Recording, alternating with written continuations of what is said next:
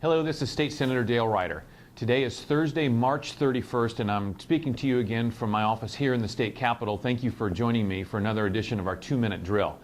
Today I want to talk to you a little bit about an issue that is important to you and I and every citizen who lives here in this state and will be important to us for the next decade at least, and that is the process by which the Illinois General Assembly and Governor redraw the legislative boundaries that candidates for the General Assembly will run in and citizens will be served by beginning after 2012. This past Monday, the Senate Redistricting Committee had its first hearing in Chicago, and we heard from almost 30 witnesses and organizations and associations who came and testified about what they would like to see in terms of the next legislative map.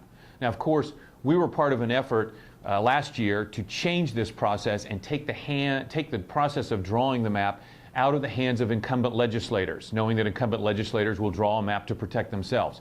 Those reform efforts failed, so we're moving forward with the current process. But there's one thing that we can do in this process that will help immensely with regards to transparency and informed comment on the actual map that the majority party at some point this session will put forward. And that is, while there are a number of public hearings slated now, before we see their proposed legislative lines, we need to have just as many, if not more, public hearings after their proposed map comes out. All these groups and associations who testified before the committee in Chicago and all the others we'll hear from will be able to provide much more insightful input, and you will have an opportunity to provide input on a map, but only after we see what has been produced by the majority in the General Assembly.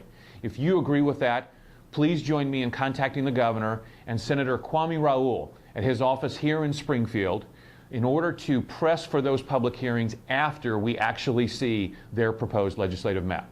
Thank you again for joining me for another edition of the 2-Minute Drill.